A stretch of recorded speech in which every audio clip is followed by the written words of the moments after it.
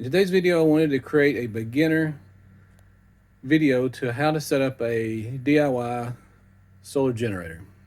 I know that when I first started, I wanted a portable unit, which I have, but as I had the portable unit for a while, I got more interested in it and I decided I wanted to do a little DIY solar generator myself. So I spent a lot of time and I've learned a lot. So I'm hoping this video I put together will help other beginners just getting started.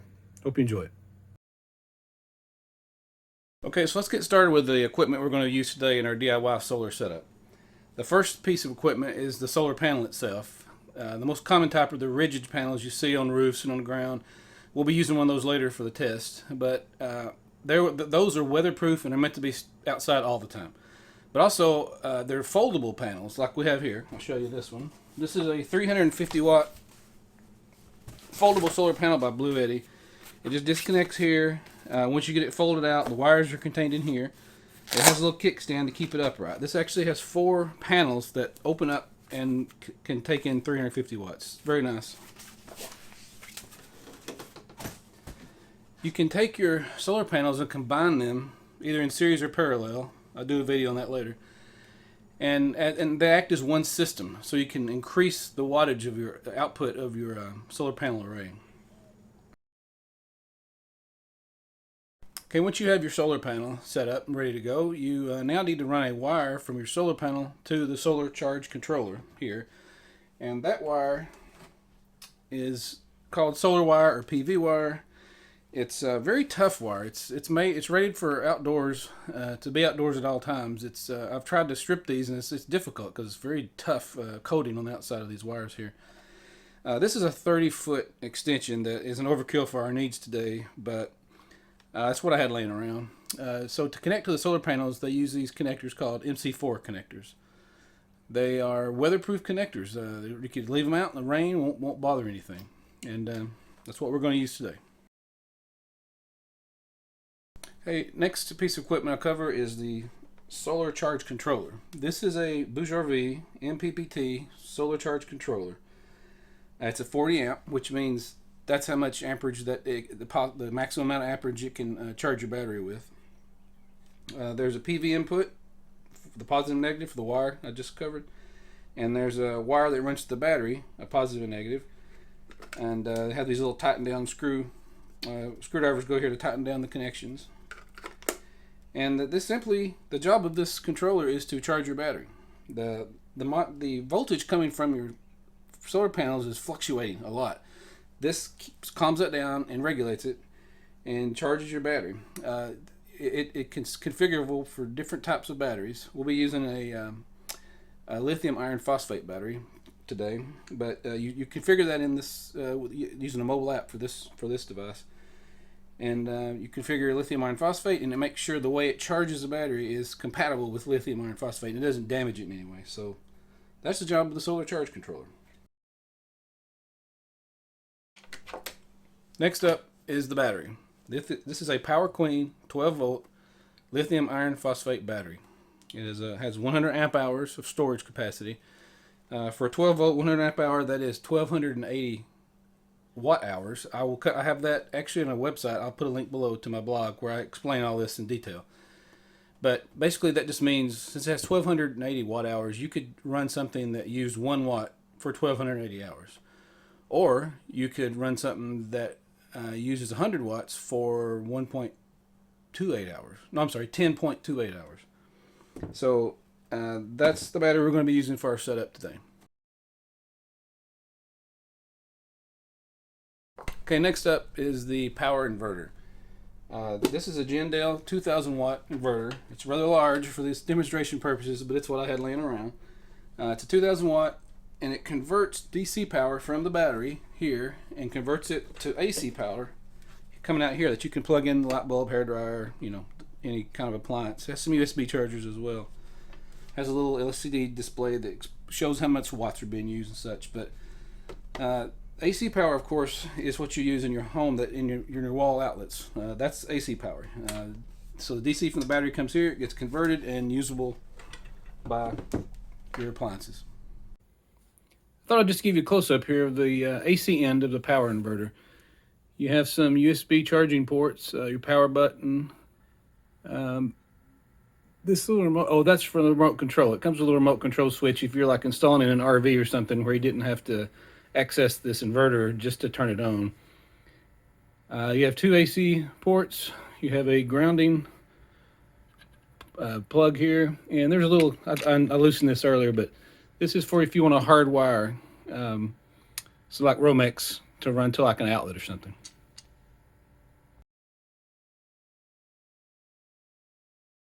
One thing before I get started here that I want to mention, that when you're choosing your solar equipment, you got to make sure it's compatible. Like this is a 12-volt battery. This is a 12-volt inverter. This solar charger is compatible with 12, 24, 36, or 48 volts. So they will work together. So if you had a 24-volt inverter, you couldn't connect it to a 12-volt battery. So I just want to make sure you keep that in mind when you're selecting your equipment. Some other things you'll need are some wiring.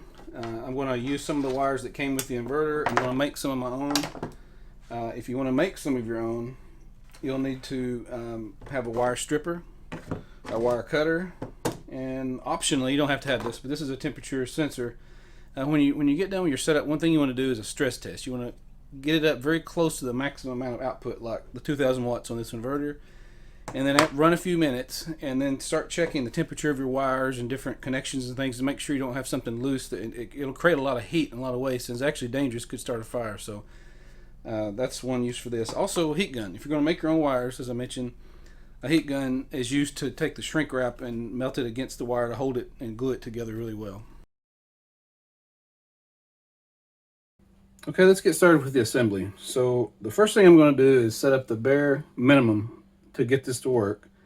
I've kind of laid things out here. Well, I think it will work best for this setup.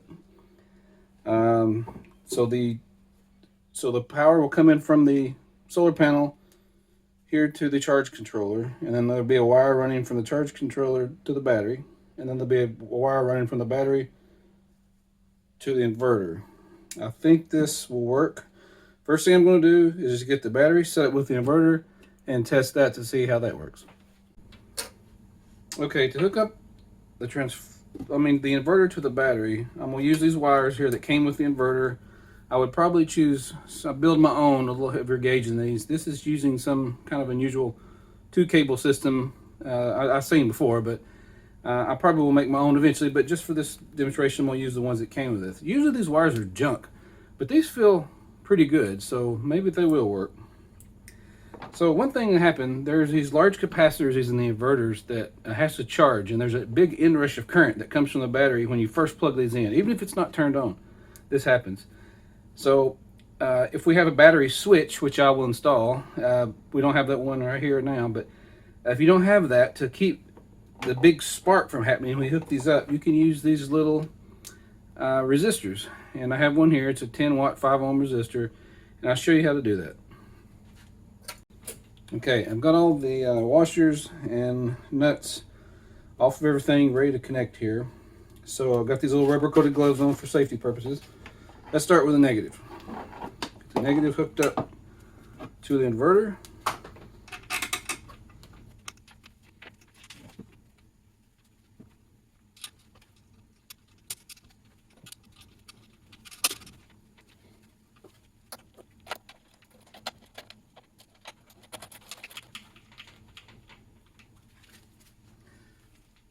Now let's start with the positive, but we won't connect it to the battery just yet. I'll show you that.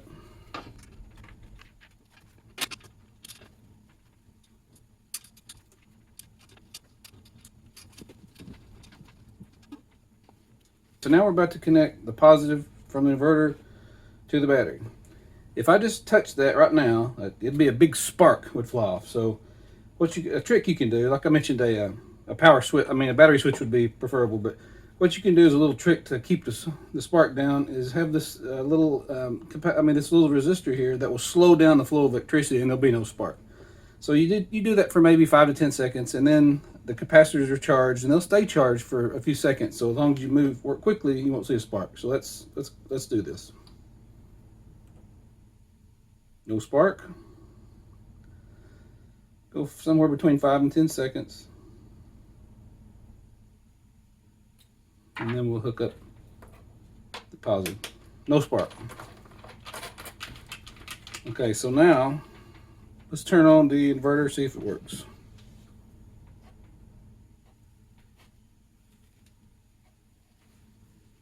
If I can find the power switch. Ah, it's working.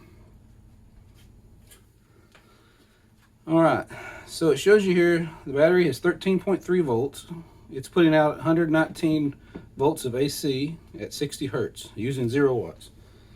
Let's use the heat gun I showed earlier and let's do a little test. I don't want to max out at this point. I just want to just test to make sure everything's working.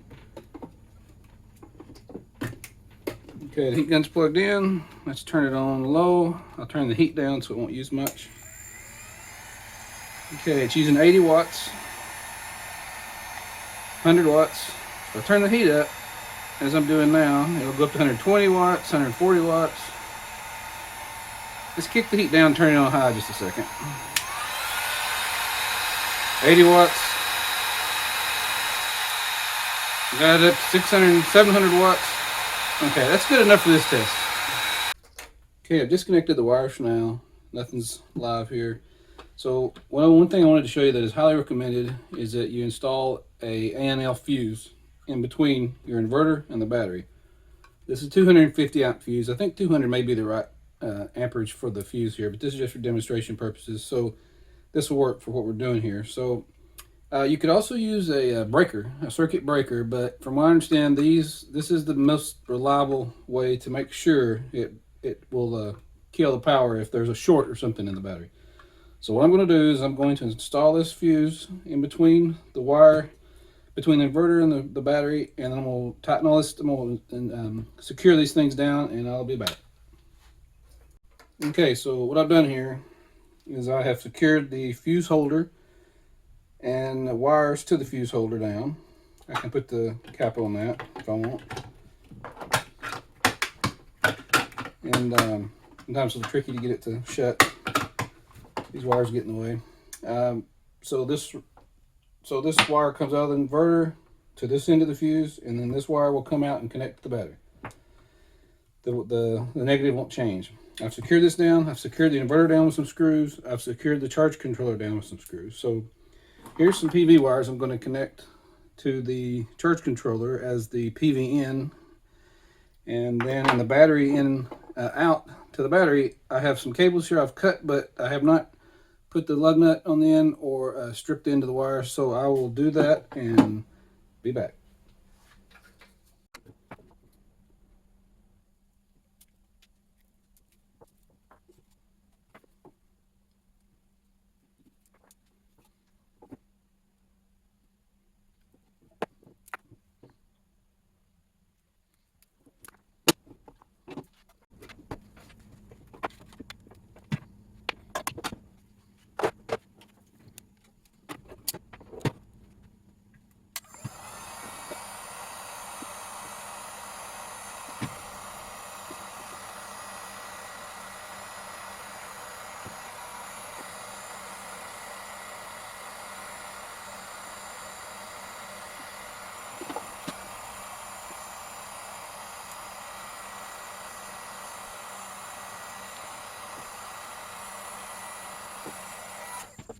Okay, so now we have our battery cables from the solar charge controller ready with the lugs on the end, and the other end that's going to go into the solar charge controller's bare wire. We have the PV MC4 controllers here, and let's hook them into the solar charge controller. Okay, so let's start with the battery wire first. We'll go right to left. On the battery, negative is first here. So let's loosen this up, stick in the battery negative, and tighten it down very well.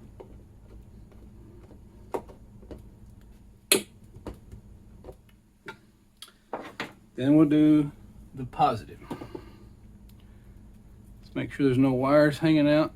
It could cause a short.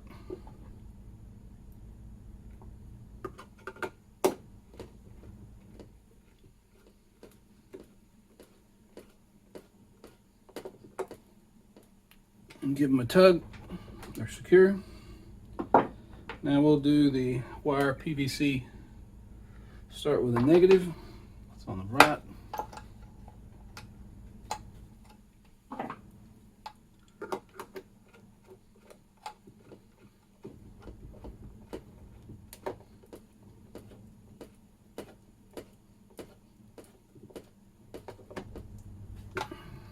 That did not work. Start over.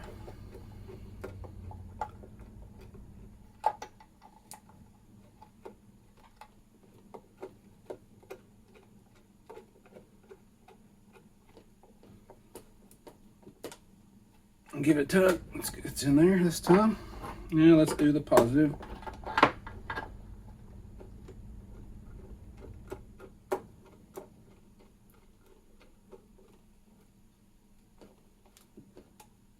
That didn't work either. Let me back that out and start in again.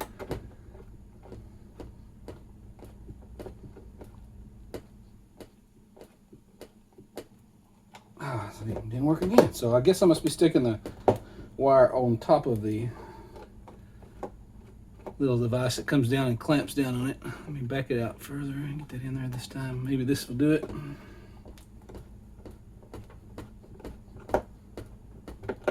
Yes, that did it. Okay, all these wires are good and snug in there, so put the little magnetic cap back. Okay, now we're ready to hook up all the electrical connections. So I'll need to do the little resistor trick again, but let's start with the negative on the battery first.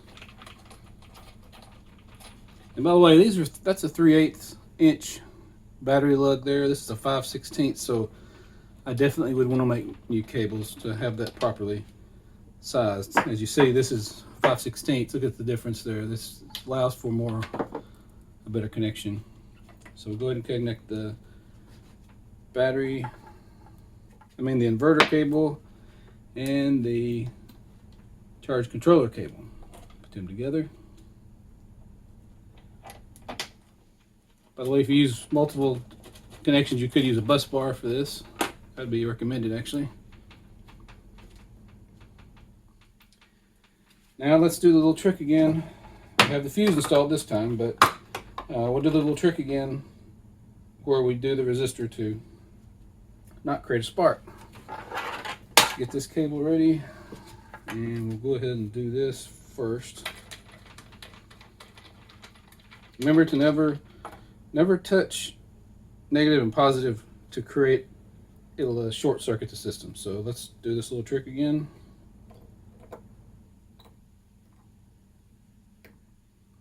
Do it about 5 seconds. No spark. Here comes the solar charge controller.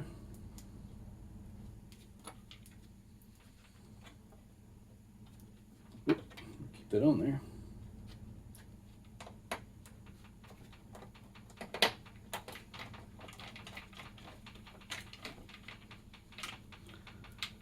All right, now if you notice, I don't know if you can see, hopefully you can see, but the charge controller now has power.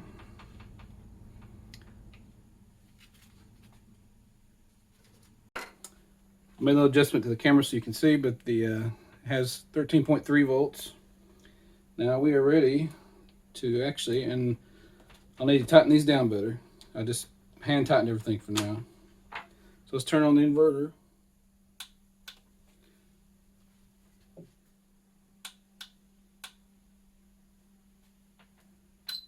Have to hold it down for a few seconds.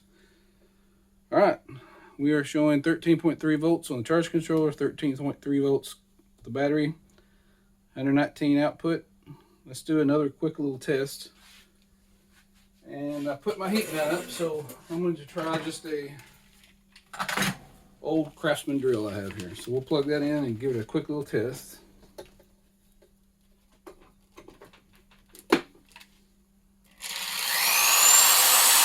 120 watts, 100 watts.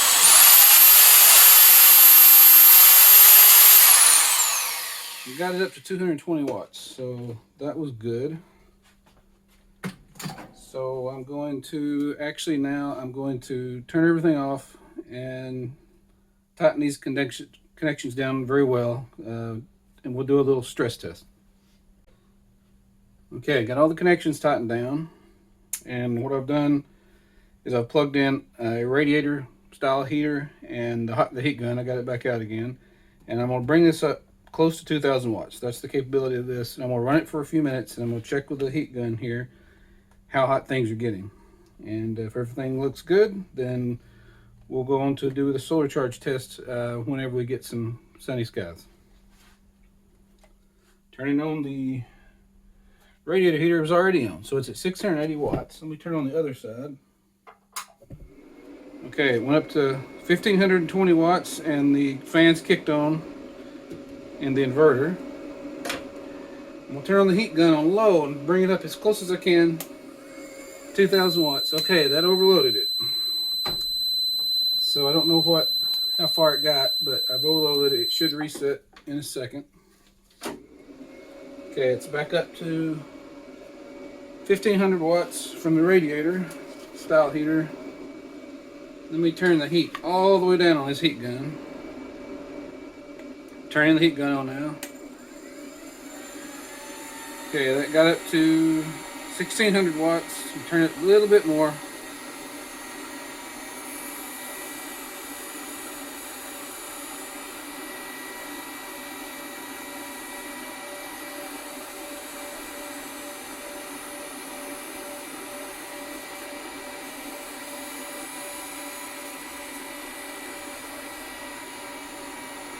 Can't seem to get the watts to go up much. Let's see. It's high. Now there we go again. Overloaded it again. So I'll try this a different way. Let's reset. Back to 1580. I've got this on high all the way, the heat all the way down. So let's try slowly bringing it up.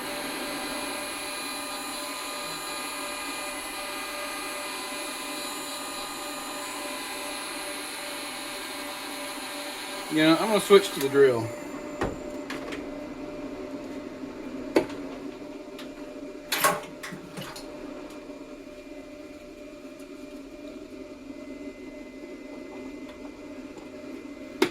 Okay, I've got the drill plugged in. Bringing in 1500 watts. I got the drill running a little bit.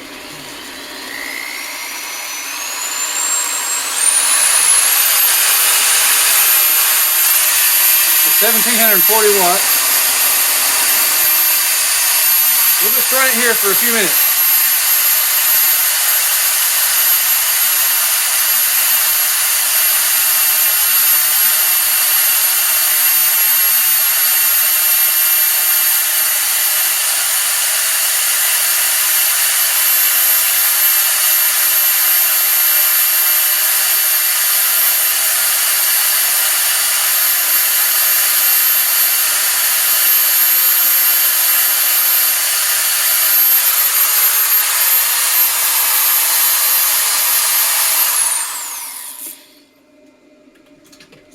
Okay, I've turned off the drill.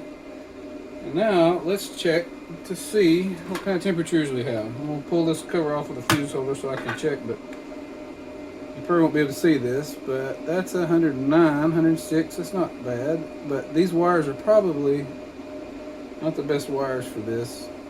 I'm not getting... I saw 110 there. Let's check these wires. Or that's not actually doing anything right now, so... these wires are good. 75, 79, 94. Let's get back over here. I thought I saw something kick up. No, 74, 77. Let's do the fuse. Okay, the fuse. Fuse looks good. I saw a reading here a little over 100 as high as it got. It's not too bad. So I think we passed this test for now. I need to do some more testing, but we're still running 1500 watts. That's pretty good. So we'll stop this for now. Okay, now that we've run a small stress test and that passed, I don't know how far it got up. once I got it to 1500 watts and turned on the heat gun, it shot up quickly and went over 2000. I'm not sure how many amps it went up, how many watts it went up. So when we get sunny conditions and it's actually raining outside some, when we get the better conditions, I will hook up the solar panel and show you how that works.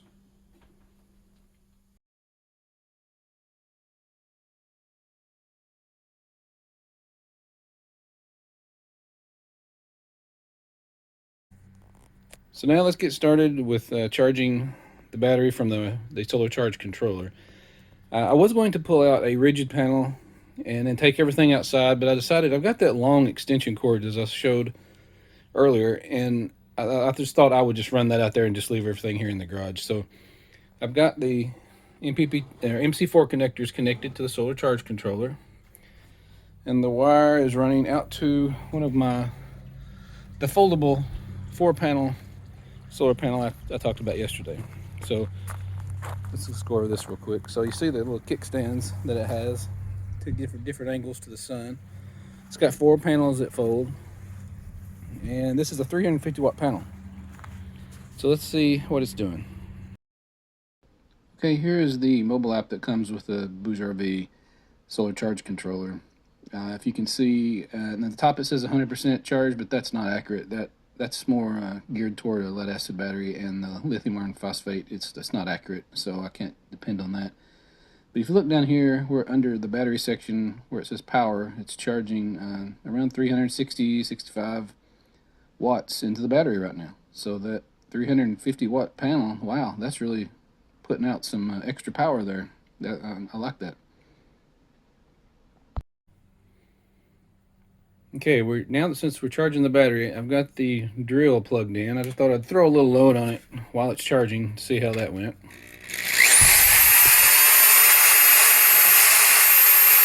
Pulling 220 watts from the drill at the same time we're charging.